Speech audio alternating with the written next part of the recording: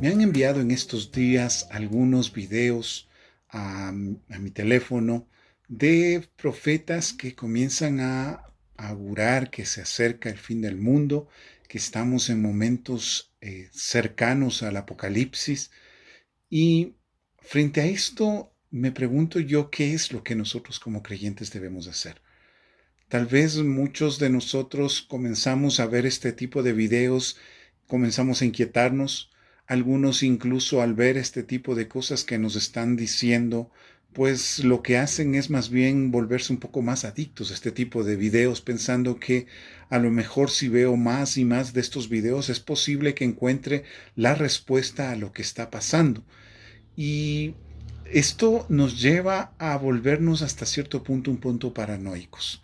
Veía un pastor que, con mucho respeto, pero lastimosamente veía cómo se dejaba llevar por teorías conspiranoicas que se están dando en las redes sociales. Toda una serie de ideas sobre que si el 5G es el culpable de la pandemia, que si es Bill Gates, que si son los gobiernos, que si es el anticristo, cosas que vienen más que de un análisis y una reflexión del texto bíblico, del temor y de no saber medir adecuadamente lo que el texto nos está queriendo decir. Hoy pues encontré un texto que me hablaba de profetas y me llamó la atención lo que el texto decía al respecto. Hechos capítulo 11, verso 27 dice así: Por aquel tiempo bajaron unos profetas de Jerusalén a Antioquía. Uno de ellos, llamado Ágabo, movido por el Espíritu, se levantó y profetizó una feroz hambruna que azotaría toda la tierra. Es la que hubo en tiempo de Claudio. Ahí nosotros tenemos justamente este tema que les acabo de mencionar. Hay un profeta, hay una iglesia y hay una preocupación por una hambruna que se acerca. Muy parecido a lo que estamos viviendo hoy en día. Hay una peste, hay una pandemia, hay un confinamiento, hay problemas de escasez y los profetas han comenzado a surgir para decir que todos nosotros estamos frente al anticristo, que nos está queriendo obligar a dejar de reunirnos para buscar del Señor. Cosa que no lo veo así porque yo puedo reunirme con ustedes a través de las redes sociales. Seguimos manteniendo ese contacto. Es evidente que hay cosas que no lo podemos hacer por medio de las redes sociales, pero nuestra devoción a Dios se mantiene firme. Y en ese sentido, pues, no veo esto. Sin embargo, en los textos bíblicos que acabamos de leer se ve una profecía. Hay un profeta y acaba de anunciar que se viene una gran hambruna. La pregunta es, ¿qué haría la iglesia frente a esto? La pregunta sería, ¿qué haríamos nosotros si un profeta que, digámoslo así, sabemos que viene de Dios? Porque sabemos que hoy en día estamos con tanto falso profeta que a veces uno duda si viene o no viene de Dios. Pero supongamos que tuviésemos la completa certeza de que este profeta viene de Dios y nos trae una palabra de Dios. Y esa palabra es esta que nos acaban de señalar acá. Se viene una hambruna. ¿Qué es lo que haríamos nosotros frente a esta situación? Estoy seguro que más de uno comenzaría a planear cuál de sus cuartos o cuál lugar va a usar para poder almacenar recursos para lo que se viene. Es muy probable que muchos de nosotros comencemos a tal vez comprar oro para tener algo con lo cual guardarnos para lo que se viene. Y muchas otras ideas podrían venir a nuestra cabeza. Pero sigo leyendo el texto y me encuentro con la respuesta, lo que hizo la iglesia en ese momento. Verso 29. Los discípulos determinaron enviar algunos recursos según las posibilidades de cada uno para los hermanos que vivían en Judea. Así lo hicieron, se los enviaron a los presbíteros por medio de Bernabé y Saulo. Cuando la iglesia se dio cuenta de que había una hambruna que se acercaba, lo que ellos hicieron es ser generosos. Eso fue lo primero que a ellos les llamó o les movió el hecho de ver que se acercaba una situación difícil para la iglesia. La verdad es que muchas veces, y esta es una de esas, el texto bíblico nos pone el mundo patas arriba. Lo que generalmente nosotros haríamos de acuerdo a nuestra lógica propia de este mundo es contrario a lo que el texto bíblico dice que Dios nos mandaría hacer.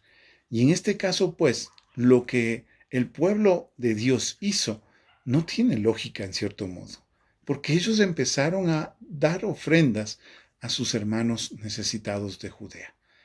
es una muestra de que el reino de Dios no es como el reino de este mundo o como los reinos de este mundo. Porque el reino de Dios me llama a preocuparme por mis hermanos, a preocuparme por los más necesitados, a tener convicción de que Dios va a estar conmigo. Evidentemente, no estoy hablando acá de vaciar mis bolsillos para dárselos a un charlatán que me está pidiendo plata para hacerse rico él. Lo que el texto me está llamando es ayudar a mis hermanos que están pasando necesidad, que es muy diferente. Y en ese sentido, pues, no es cuestión de a quién se lo doy, sino que es cuestión de ser generoso con los que necesitan. Este es el punto que llamó la atención de mi corazón en estos días, porque frente a lo que estamos viendo, frente a lo que estamos viviendo, muchos han comenzado a cerrar su corazón porque tienen miedo de lo que pueda venir a futuro.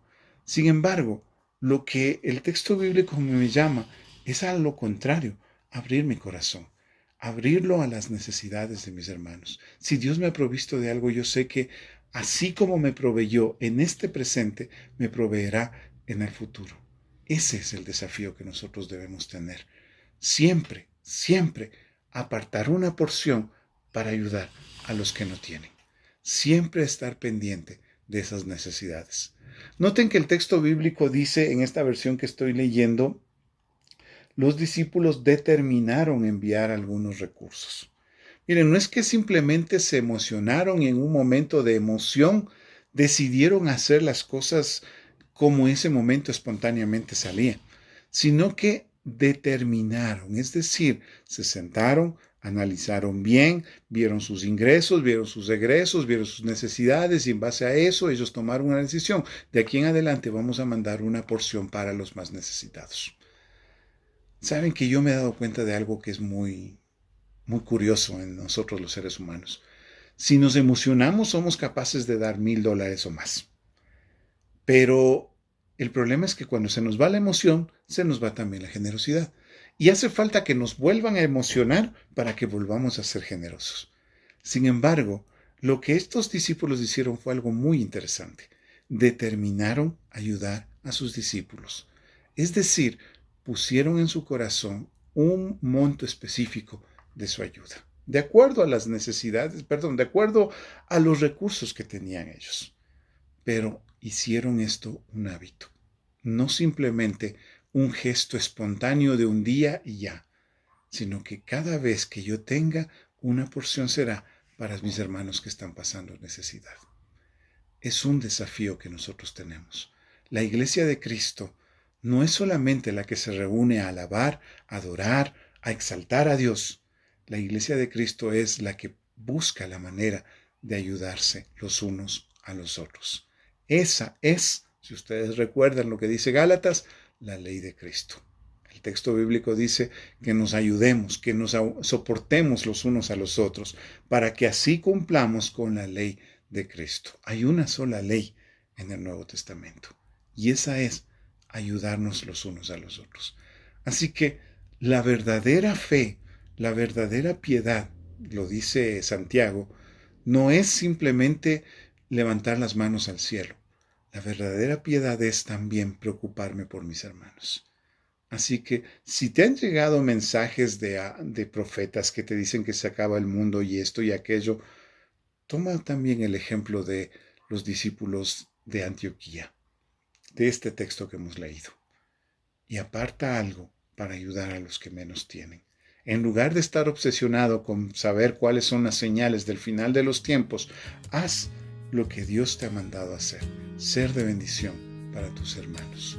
Espero que lo puedas hacer y espero que cuando lo hagas sientas esa satisfacción, ese gozo que da poder ayudar a nuestros hermanos en Cristo. Que Dios te bendiga.